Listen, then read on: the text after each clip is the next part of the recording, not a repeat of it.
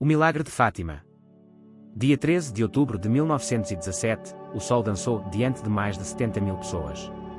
Somos uns privilegiados por assistirmos, no nosso tempo, a este grande milagre, assim a humanidade o compreenda ou aceite. O milagre de Fátima. No dia 13 de maio de 1917, 3 crianças, Lúcia dos Santos, 10 anos, Francisco Marto, 9 anos, e Jacinta Marto, 7 anos, afirmaram terem visto uma senhora mais brilhante do que o sol, sobre uma azinheira de 1 metro ou pouco mais de altura, quando apacentavam um pequeno rebanho na cova da Iria, próximo da aldeia de Aljustrel. Lúcia via, ouvia e falava com a aparição, Jacinta via e ouvia e Francisco apenas via-a, mas não a ouvia. A aparição mariana repetiu-se nos 5 meses seguintes e seria portadora de uma importante mensagem ao mundo. A 13 de outubro de 1917, a aparição apresentou-se-lhes como sendo a Senhora do Rosário. Estas aparições foram precedidas e seguidas por outros fenómenos, acontecimentos que foram relatados e redigidos pela vidente Lúcia a partir de 1935, em 4 manuscritos conhecidos por Memórias 1, 2, 3 e 4 e transcritos com outras fontes neste artigo. Antes das aparições da Virgem Maria na Cova da Iria em 1917, Lúcia, Francisco e Jacinta tiveram no ano anterior 3 visões de um anjo. Estas visões permaneceram inéditas até 1937, quando então Lúcia as divulga pela primeira vez, no designado texto Memória 2. A narração é mais completa e o texto definitivo das orações do anjo é publicado na Memória 4, escrito em 1941. As aparições do anjo em 1916 foram precedidas por 3 outras visões, de abril a outubro de 1915, nas quais Lúcia e outras 3 pastorinhas, Teresa Matias, sua irmã Maria Rosa e Maria Justino viram, também no Outeiro do Cabeço, e noutros locais, suspensa no ar sobre o arvoredo do vale uma como que nuvem mais branca que a neve, algo transparente, com forma humana. Era uma figura, como se fosse uma estátua de neve, que os raios do sol tornavam algo transparente. A descrição é da própria irmã Lúcia. Mal tínhamos começado a rezar o terço, quando, diante de nossos olhos, vemos, como que suspensa no ar, sobre o arvoredo, uma figura como se fosse uma estátua de neve que os raios do sol tornavam algo transparente. Que é aquilo? Perguntaram as minhas companheiras, meio assustadas. Não sei. Continuámos a nossa reza, sempre com os olhos fitos na dita figura que, assim que terminamos, desapareceu. Primeira aparição. O relato da mais velha dos videntes, Lúcia, descreve assim os acontecimentos. Andava eu com os meus primos Francisco e Jacinta a cuidar do rebanho e subimos a encosta em procura de um abrigo a que chamávamos a Loca do Cabeço. Depois de aí merendar e rezar, alguns momentos havia que jogávamos e eis que um vento sacode as árvores e faz-nos levantar a vista para ver o que se passava, pois o dia estava sereno. Então começámos a ver, a alguma distância, sobre as árvores que se estendiam em direção ao nascente, uma luz mais branca que a neve, com a forma de um jovem, transparente, mais brilhante que um cristal atravessado pelos raios do sol. À medida que se aproximava, íamos-lhe distinguindo as feições. Estávamos surpreendidos e meio absortos. Não dizíamos palavra. Ao chegar junto de nós, disse: Não temais. Sou o anjo da paz. Orai comigo. E ajoelhando em terra, curvou a fronte até ao chão. Levados por um movimento sobrenatural, imitámo-lo e repetimos as palavras que lhe ouvimos pronunciar: Meu Deus, eu creio, adoro, espero e amo-vos. Peço-vos perdão para os que não creem, não adoram, não esperam e não vos amam. Depois de repetir isto 3 vezes, ergueu-se e disse: Orai assim. Os corações de Jesus e Maria estão atentos à voz das vossas súplicas. E desapareceu. A atmosfera do sobrenatural que nos envolveu era tão intensa, que quase não nos dávamos conta da própria existência, por um grande espaço de tempo, permanecendo na posição em que nos tinha deixado, repetindo sempre a mesma oração. A presença de Deus sentia-se tão intensa e íntima que nem mesmo entre nós nos atrevíamos a falar. No dia seguinte, sentíamos o espírito ainda envolvido por essa atmosfera que só muito lentamente foi desaparecendo. Nesta aparição, nenhum pensou em falar nem a recomendar o segredo. Ela de si o impôs. Era tão íntima que não era fácil pronunciar sobre ela a menor palavra. Fez-nos, talvez, também maior impressão, por ser a primeira assim manifesta. Segunda aparição. A segunda aparição deu-se no verão de 1916, sobre o poço da casa dos pais de Lúcia, junto ao qual as crianças costumavam brincar. Assim narra Lúcia: Fomos, pois, passar as horas da sesta à sombra das árvores que cercavam o poço já várias vezes mencionado. De repente, vimos o mesmo anjo junto de nós. Que fazeis? Orai. Orai muito. Os corações de Jesus e Maria têm sobre vós desígnios de misericórdia. Oferecei constantemente ao Altíssimo orações e sacrifícios. Como nos havemos de sacrificar? Perguntei. De tudo que puderdes, oferecei um sacrifício em ato de reparação pelos pecados com que ele é ofendido e de súplica pela conversão dos pecadores. Atraí, assim, sobre a vossa pátria, a paz. Eu sou o anjo da sua guarda, o anjo de Portugal. Sobretudo, aceitai e suportai com submissão o sofrimento que o Senhor vos enviar. E desapareceu. Estas palavras do anjo gravaram-se em nosso espírito, como uma luz que nos fazia compreender quem era Deus, como nos amava e queria ser amado, o valor do sacrifício e como ele era agradável, como, por atenção a ele, convertia os pecadores. Por isso, desde esse momento, começamos a oferecer ao Senhor tudo que nos mortificava, mas sem discorrermos a procurar outras mortificações ou penitências, exceto a de passarmos horas seguidas prostrados por terra, repetindo a oração que o anjo nos tinha ensinado. Terceira aparição. A terceira aparição ocorreu no fim do verão ou princípio de outono de 1917, novamente na Loca do Cabeço, como descreve Lúcia. Rezámos aí o terço e a oração que na primeira aparição nos tinha ensinado. Estando, pois, aí, apareceu-nos pela terceira vez, trazendo na mão um cálice e sobre ele uma hóstia, da qual caíam, dentro do cálice, algumas gotas de sangue. Deixando o cálice e a hóstia suspensos no ar, prostrou-se em terra e repetiu 3 vezes a oração: Santíssima Trindade, Padre, Filho, Espírito Santo, adoro-vos profundamente e ofereço-vos o preciosíssimo corpo, sangue, alma e divindade de Jesus Cristo, presente em todos os sacrários da terra, em reparação dos ultrajes, sacrilégios e indiferenças com que ele mesmo é ofendido. E pelos méritos infinitos do seu Santíssimo Coração e do Coração Imaculado de Maria, peço-vos a conversão dos pobres pecadores. Depois, levantando-se, tomou de novo na mão o cálice e a hóstia e deu uma hóstia a mim e o que continha o cálice deu a beber à Jacinta e ao Francisco, dizendo, ao mesmo tempo, tomai e bebei o corpo e o sangue de Jesus Cristo horrivelmente ultrajado pelos homens ingratos. Reparai os seus crimes e consolai o vosso Deus. De novo se prostrou em terra e repetiu conosco mais 3 vezes a mesma oração, Santíssima Trindade, etc. E desapareceu. Levados pela força do sobrenatural que nos envolvia, imitávamos o anjo em tudo, isto é, prostrando-nos como ele e repetindo as orações que ele dizia. A força da presença de Deus era tão intensa que nos absorvia e aniquilava quase por completo. Parecia privar-nos até do uso dos sentidos corporais por um grande espaço de tempo. Nesses dias, fazíamos as ações materiais como que levados por esse mesmo ser sobrenatural que a isso nos impelia. A paz e felicidade que sentíamos era grande, mas só íntima, completamente concentrada a alma em Deus. O abatimento físico, que nos prostrava, também era grande. Aparições de Nossa Senhora. 13 de maio de 1917. Brincavam os 3 pastorinhos na Cova da Iria, uma pequena propriedade de aparições pertencente aos pais de Lúcia, localizada a 2,5 km de Fátima, quando por volta do meio-dia e depois de rezarem o terço, observaram 2 clarões como se fossem relâmpagos. Com receio de começar a chover, reuniram o rebanho e decidiram ir-se embora, mas no caminho e logo abaixo, outro clarão teria iluminado o espaço. Nesse instante, teriam visto em cima de uma pequena azinheira, onde agora se encontra a capelinha das aparições, era uma senhora vestida de branco e mais brilhante que o sol, espargindo luz mais clara e intensa que um copo de cristal cheio de água cristalina, atravessado pelos raios do sol mais ardente, descreve Lúcia. A sua face, indescritivelmente bela, não era nem triste, nem alegre, mas séria, com ar de suave censura. As mãos juntas, como a rezar, apoiadas no peito e voltadas para cima. Da mão direita pendia um rosário. As vestes pareciam feitas só de luz. A túnica era branca e branco o manto, orlado de ouro que cobria a cabeça da Virgem e descia até aos pés. Não se lhe viam os cabelos nem as orelhas. Os traços da fisionomia Lúcia nunca pôde descrevê-los, pois a sua formosura não cabe em palavras humanas. Os videntes estavam tão perto de Nossa Senhora, a 1 metro de distância, mais ou menos, que ficavam dentro da luz que a cercava, ou que ela espargia.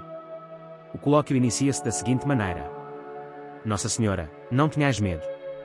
Eu não vos faço mal, Lúcia, de onde é vosso mercê? Sou do céu, e Nossa Senhora ergueu as mãos apontando o céu. E que é que vosso mercê me quer?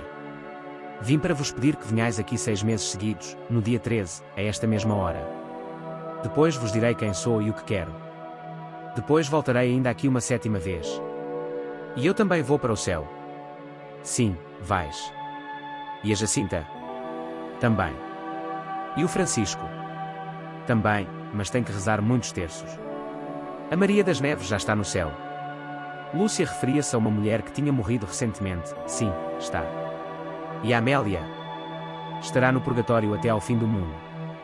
Quereis oferecer-vos a Deus para suportar todos os sofrimentos que Ele quiser enviar-vos, em ato de reparação pelos pecados com que Ele é ofendido e de súplica pela conversão dos pecadores? Sim, queremos. E depois ter muito que sofrer, mas a graça de Deus será o vosso conforto. Foi ao pronunciar estas últimas palavras que abriu pela primeira vez as mãos, comunicando-nos uma luz muito intensa, como que reflexo que dela se expedia, que nos penetrava no peito e no mais íntimo da alma, fazendo-nos ver a nós mesmos em Deus, que era essa luz, mais claramente do que nos vemos no melhor dos espelhos. Então, por um impulso íntimo também comunicado, caímos de joelhos e repetimos intimamente à Santíssima Trindade: Eu vos adoro, meu Deus, eu vos amo no Santíssimo Sacramento. Passados estes momentos, Nossa Senhora acrescentou: Rezem o terço todos os dias para alcançarem a paz para o mundo e o fim da guerra. Na altura desenrolava-se a Primeira Guerra Mundial. Em seguida começou a elevar-se serenamente em direção ao nascente até desaparecer na imensidade da distância. A luz que a circundava ia como que abrindo um caminho no cerrado dos astros. 13 de junho de 1917. Neste dia compareceram no local cerca de 50 pessoas curiosas pelos factos entretanto revelados pelos pastorinhos. Por volta do meio-dia, os videntes notaram novamente um clarão, a que chamavam relâmpago, mas que não era propriamente tal, mas sim o reflexo de uma luz que se aproximava. Alguns dos espectadores notaram que a luz do sol se obscureceu durante os minutos que se seguiram ao início do colóquio, outros afirmaram que o topo da azinheira, coberto de rebentos, pareceu curvar-se como sob um peso, um momento antes da Lúcia falar. Durante a troca de palavras entre Lúcia e a aparição alguns ouviram um sussurro como se fosse o zumbido de uma abelha. Lúcia, você sei que me quer. Nossa Senhora, quero que venhais aqui no dia 13 do mês que vem, que rezeis o terço todos os dias e que aprendam a ler. Depois, direi o que quero. Lúcia pediu a cura de um doente. Se converter, curar-se-á durante o ano. Queria pedir-lhe para nos levar para o céu. Sim, a Jacinta e o Francisco levo-os em breve. Mas tu ficas cá mais algum tempo. Jesus quer servir-se de ti para me fazer conhecer e amar. Ele quer estabelecer no mundo a devoção ao meu imaculado coração. A quem abraçar, prometo a salvação e serão queridas de Deus estas almas, como flores postas por mim a adornar o seu trono. Fico cá sozinha. Não, filha. E tu sofres muito. Não desanimes. Eu nunca te deixarei. O meu imaculado coração será o teu refúgio e o caminho que te conduzirá até Deus. Foi no momento que disse estas últimas palavras que abriu as mãos e nos comunicou, pela segunda vez, o reflexo dessa luz imensa. Nela nos víamos como que submergidos em Deus. A Jacinta e o Francisco pareciam estar na parte dessa luz que se elevava para o céu e eu na que se espargia sobre a terra. À frente da palma da mão direita de Nossa Senhora estava um coração cercado de espinhos que parecia estar encravados.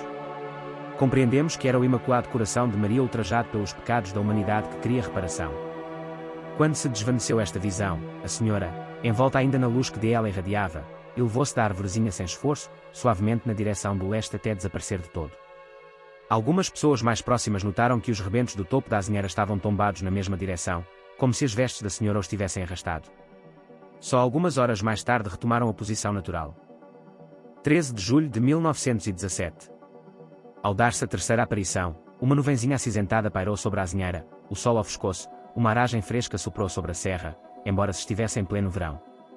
O Sr. Manuel Marto, pai da Jacinta e do Francisco, diz que também ouviu um sussurro, como o de moscas num cântaro vazio.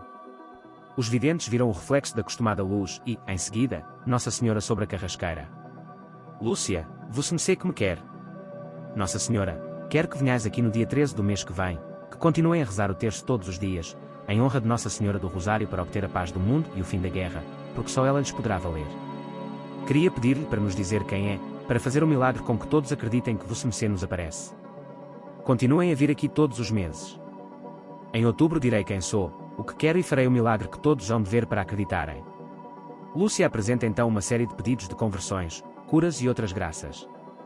Nossa Senhora responde recomendando sempre a prática do terço, que assim alcançariam as graças durante o ano. Um dos pedidos foi a cura do filho paralítico de Maria Carreira, que seria desde o início uma devota de Fátima. Nossa Senhora respondeu que não o curaria nem o tiraria da sua pobreza, mas que rezasse o terço todos os dias em família e dar-lhe os meios de ganhar a vida. Outro enfermo pedia para ir em breve para o céu. Nossa Senhora respondeu que não tivesse pressa, que bem sabia quando o havia de vir buscar. Depois prosseguiu: sacrificai-vos pelos pecadores e dizei muitas vezes, e em especial quando fizerdes algum sacrifício, ó Jesus, é por vosso amor, pela conversão dos pecadores e em reparação pelos pecados cometidos contra o Imaculado Coração de Maria. Ao dizer estas últimas palavras, abriu de novo as mãos, como nos 2 meses passados. O reflexo de luz que delas expediam pareceu penetrar a terra, e primeira parte do segredo, a visão do inferno, mostrou-nos um grande mar de fogo que parecia estar debaixo da terra. Mergulhados nesse fogo os demónios e as almas, como se fossem brasas transparentes e negras, ou bronzeadas com forma humana, que flutuavam no incêndio levadas pelas chamas que de elas mesmas saíam, juntamente com nuvens de fumo, caindo para todos os lados, semelhante ao cair das fagulhas em uns grandes incêndios sem peso nem equilíbrio, entre gritos e gemidos de dor e desespero que horrorizava e fazia estremecer de pavor. Os demónios distinguiam-se por formas horríveis e escrosas de animais espantosos e desconhecidos, mas transparentes e negros. Esta vista foi o momento, e graças à nossa boa Mãe do Céu que antes nos tinha prevenido com a promessa de nos levar para o céu, na primeira aparição, se assim não fosse, creio que teríamos morrido de susto e pavor. Em seguida, levantamos os olhos para Nossa Senhora que nos disse com bondade e tristeza: vistes o inferno, para onde vão as almas dos pobres pecadores? Para as salvar, segunda parte do segredo, o Imaculado Coração de Maria, Deus quer estabelecer no mundo a devoção ao meu Imaculado Coração. Se fizerem o que eu disser, salvar-se-á muitas almas e terão paz. A guerra vai acabar, mas se não deixarem de ofender a Deus, no reinado de Pio XI começará outra pior.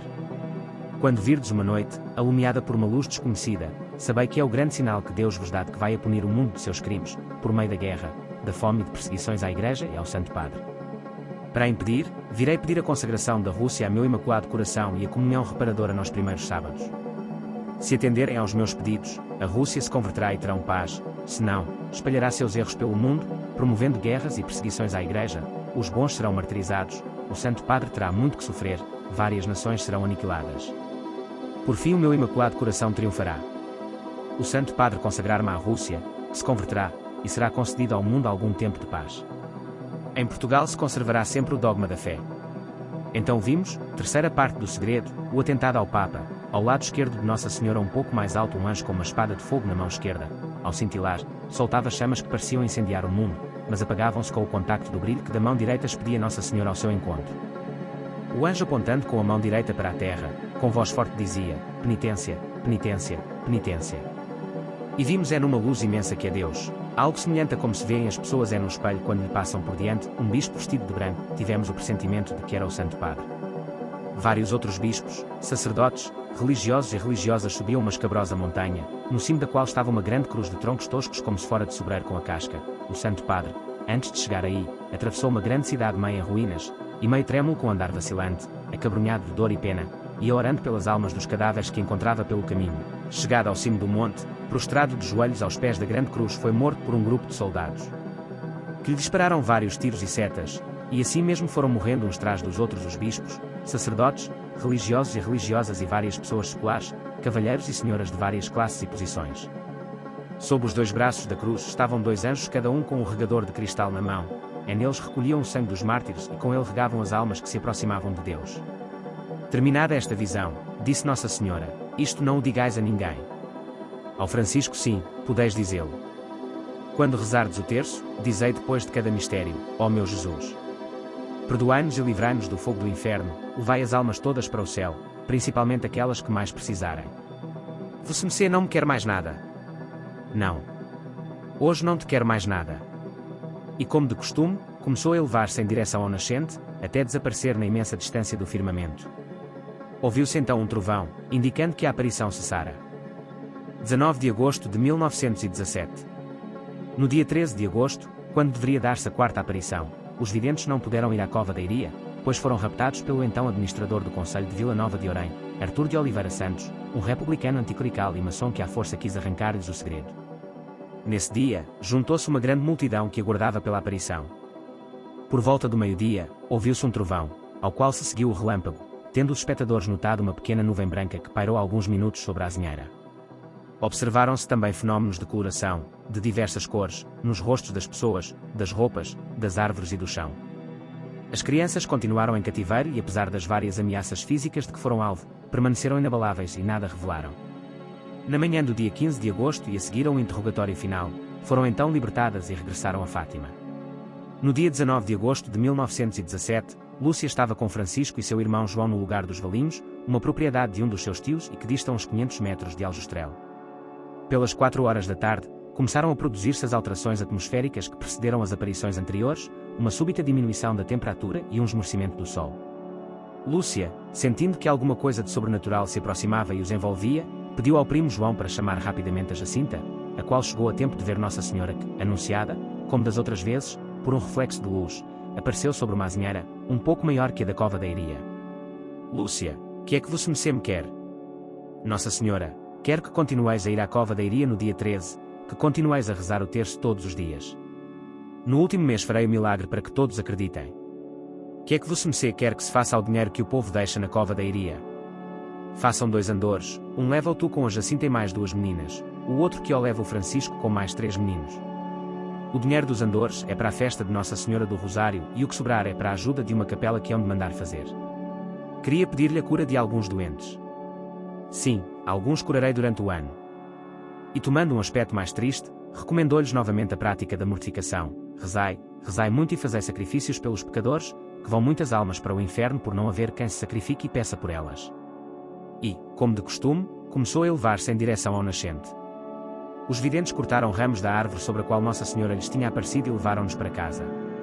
Os ramos exalavam um perfume singularmente suave. 13 de setembro de 1917. Como das outras vezes, uma série de fenómenos atmosféricos foram observados pelos circunstantes, cujo número foi calculado entre 15 e 20 mil pessoas, o súbito refrescar da atmosfera, o empalidecer do sol até ao ponto de se verem as estrelas, uma espécie de chuva como que de pétalas irisadas ou flocos de neve que desapareciam antes de pousarem na terra. Em particular, foi notado desta vez um globo luminoso que se movia lenta e majestosamente pelo céu, do nascente para o poente e, no fim da aparição, em sentido contrário. Os videntes notaram, como de costume, o reflexo de uma luz e, a seguir, Nossa Senhora sobre a azinheira. Nossa Senhora, continuem a rezar o terço para alcançarem o fim da guerra. Em outubro, virá também Nosso Senhor, Nossa Senhora das Dores e do Carmo, São José com o Menino Jesus, para abençoarem o mundo. Deus está contente com os vossos sacrifícios, mas não quer que durmais com a corda.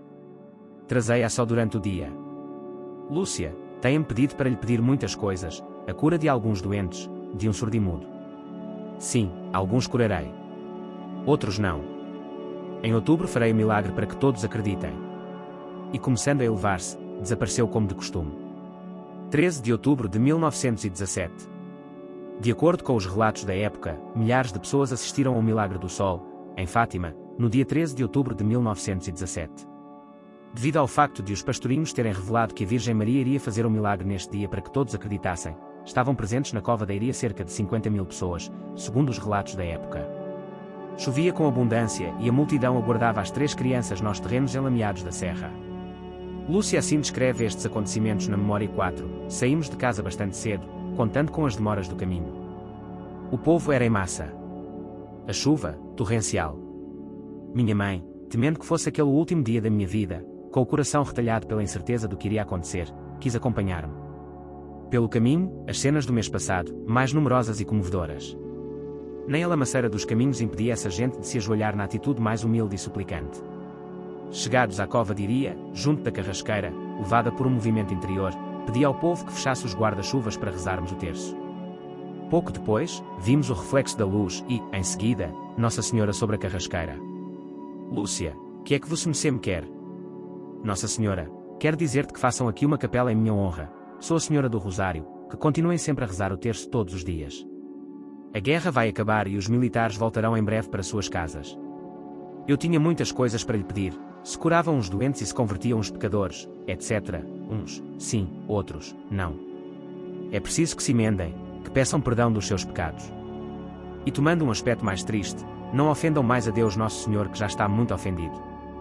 E abrindo as mãos, fê-las refletir no sol. E enquanto que se elevava, continuava o reflexo da sua própria luz a projetar-se no sol. Neste momento, Lúcia diz para a multidão olhar para o sol, levada por um movimento interior que a isso a impeliu. Desaparecida Nossa Senhora, na imensa distância do firmamento, vimos, ao lado do sol, São José com o menino e Nossa Senhora vestida de branco, com um manto azul. Era a Sagrada Família. São José com o menino pareciam abençoar o mundo com uns gestos que faziam com a mão em forma de cruz.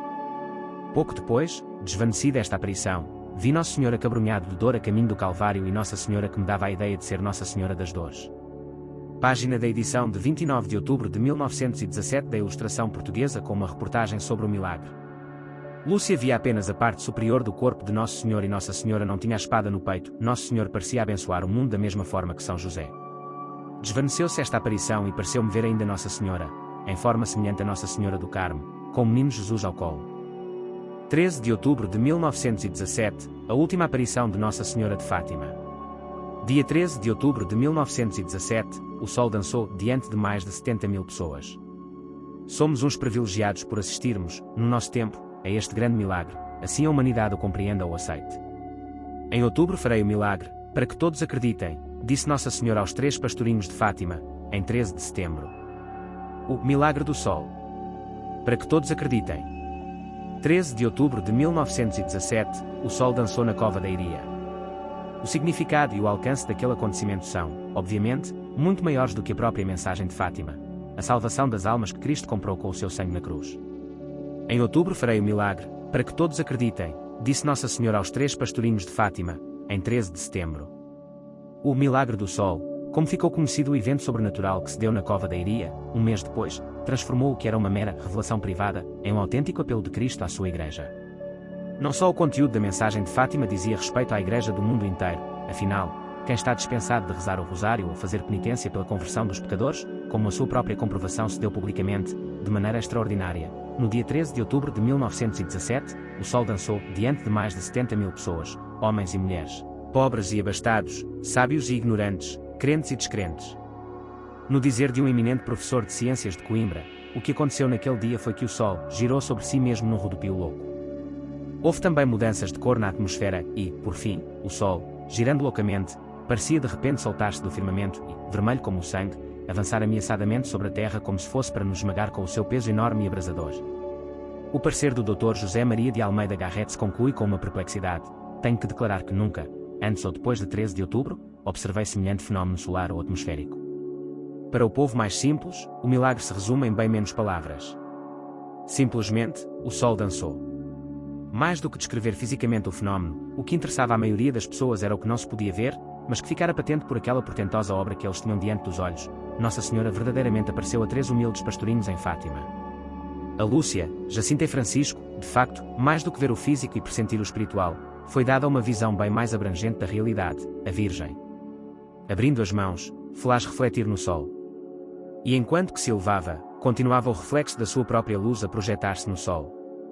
Desaparecida Nossa Senhora, na imensa distância do firmamento, vimos, ao lado do sol, São José com o menino e Nossa Senhora vestida de branco, com um manto azul. Na última aparição da Virgem de Fátima, portanto, brilha aos videntes a imagem da Sagrada Família de Nazaré. Esse fato pode indicar, juntamente com uma recém-revelada carta da irmã Lúcia ao cardeal Carlo Cafarra, que, realmente, o confronto final entre o Senhor e o reino de Satanás será sobre a família e sobre o matrimónio. Quando o caminho ordinário de santificação da humanidade, que é o casamento, se encontra obstruído pela produção desenfreada da pornografia e pela popularização dos pecados da carne, os quais constituem, segundo resposta da Virgem à pequena Jacinta, a classe de pecados que mais ofende a Deus, o resultado só pode ser uma perda incalculável de almas, realidade a que a Mãe de Deus já tinha aludido, quando deu às mesmas crianças a visão do inferno. Tal cenário desolador já tinha começado a delinear-se em Portugal, com a aprovação da Lei do Divórcio, em 1910, e a separação entre Estado e Igreja, em 1911. Compreensível, pois, que, soado o alarme, Nossa Senhora descesse do céu para renovar à humanidade o apelo divino à conversão e à penitência. Naquele 13 de outubro, em particular, a Virgem Santíssima tinha um pedido em especial, que ficaria gravado no coração dos pastorinhos. Não ofendam mais a Deus Nosso Senhor, que já está muito ofendido, ela dizia. Antes da agitação que se seguiria ao milagre do sol, é esta a mensagem que porta aos homens a toda a Santa Mãe de Deus, que os homens parem de pecar e ofender a Deus. A observadores mundanos, tal recado, combinado com a ameaça de um severo castigo, poderia parecer arcaico ou mesmo irrealista para o homem moderno. Um espírito que vem dos céus para falar de pecado. Em que século a autora dessas aparições acha que estamos? Pois bem, é justamente no século XX que Nossa Senhora aparece, e é a mesma mensagem de 2000 anos atrás que ela carrega consigo. Fazei tudo o que ele vos disser, Jó 2:5. Se, por um lado, os tempos mudaram, o ser humano continua o mesmo e os perigos que rondavam a humanidade na época de Cristo não mudaram. Para ser católico e seguir Jesus, nada tão básico quanto o apelo de Fátima: não ofendam mais a Deus Nosso Senhor. Ali, o milagre do sol não existia apenas para confirmar a aparição de Maria, mas para realizar um outro milagre, muito maior e mais extraordinário que qualquer outro prodígio: a justificação das almas, a conversão dos pecadores. Para que todos acreditem em Jesus e, acreditando, tenham a vida eterna. Para que, de inimigos de Deus e habitantes do inferno, os homens se transformem em amigos de Deus e herdeiros do céu. Para que se diga, enfim, desta civilização pagã e ateia, o que foi dito dos primeiros convertidos à fé: onde abundou o pecado, superabundou a graça. Enquanto os 3 pastorinhos eram agraciados com estas visões, apenas Lúcia viu os 3 quadros, Jacinta e Francisco viram somente o primeiro. A maior parte da multidão presente observou o chamado milagre do sol.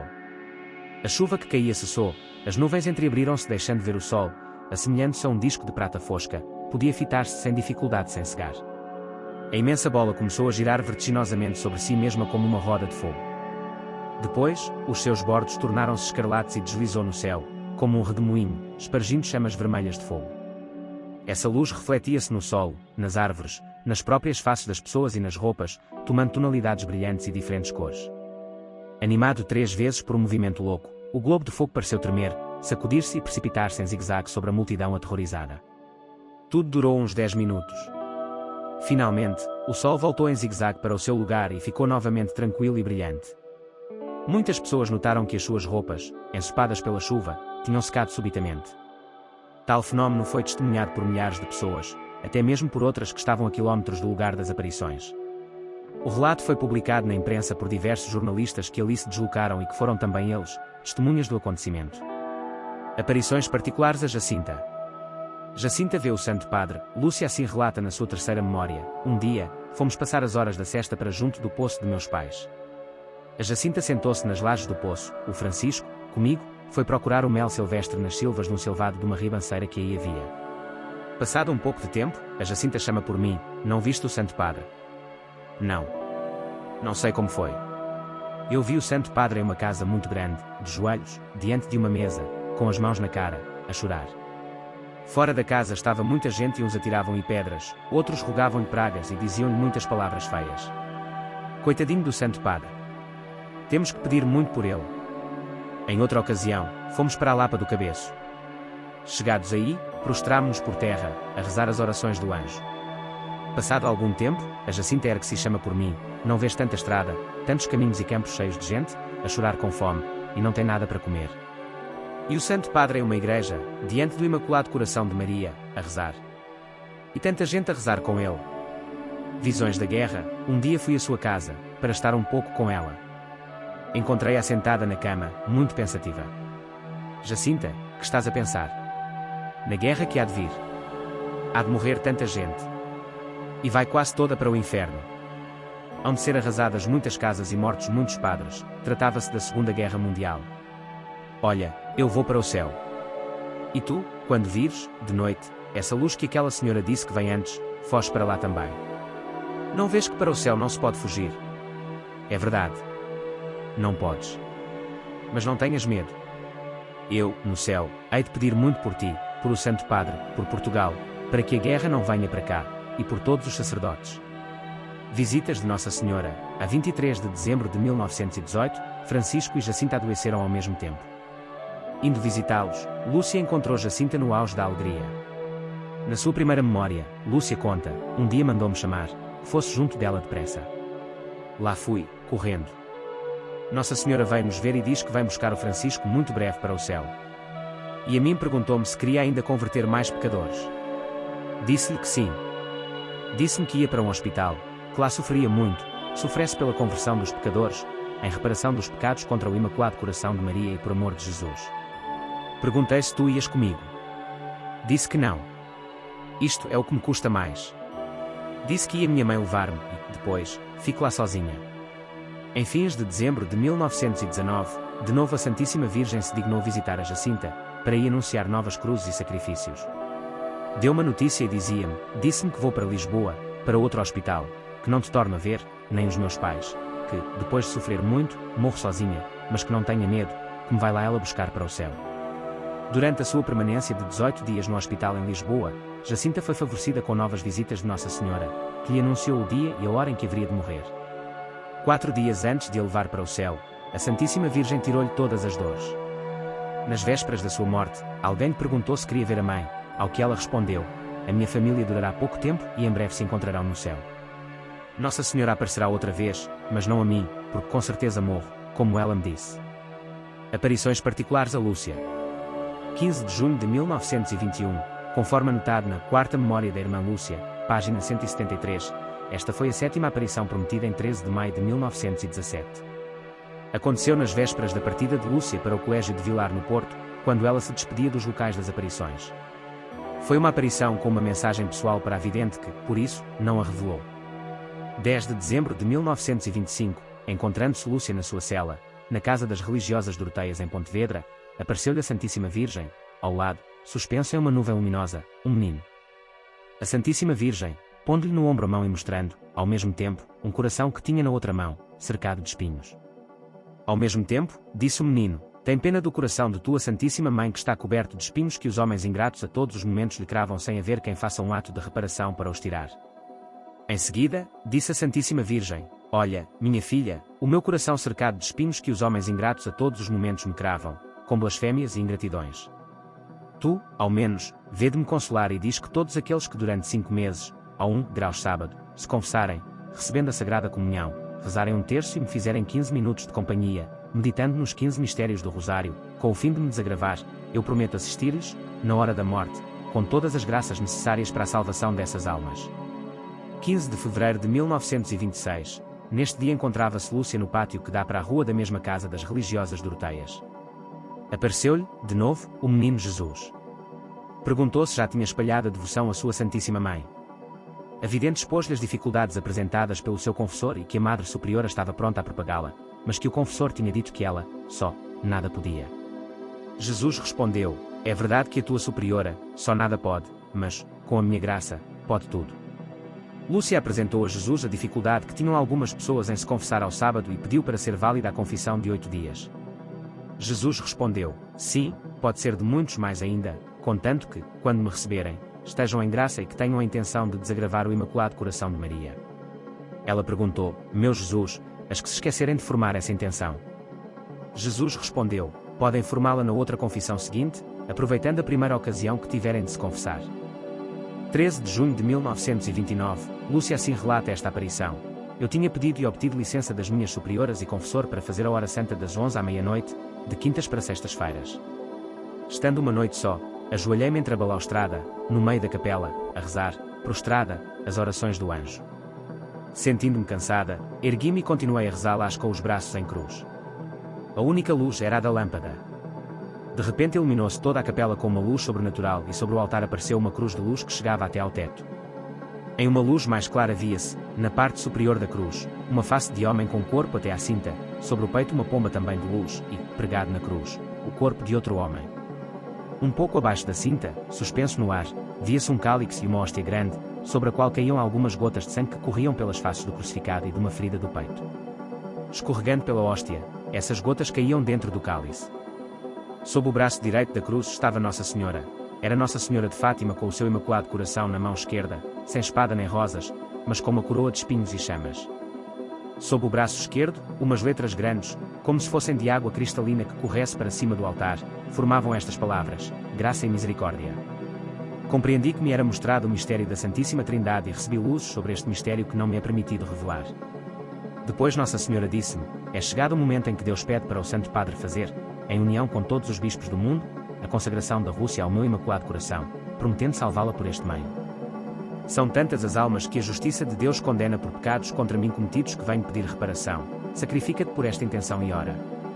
Dei conta disto ao confessor que me mandou escrever o que Nossa Senhora queria se fizesse. Mais tarde, por meio de uma comunicação íntima, Nossa Senhora disse-me, queixando-se, não quiseram atender ao meu pedido. Como o rei de França, arrepender-se-ão e falam, mas será tarde. A Rússia terá já espalhado os seus erros pelo mundo, provocando guerras, perseguições à Igreja. O Santo Padre terá muito que sofrer.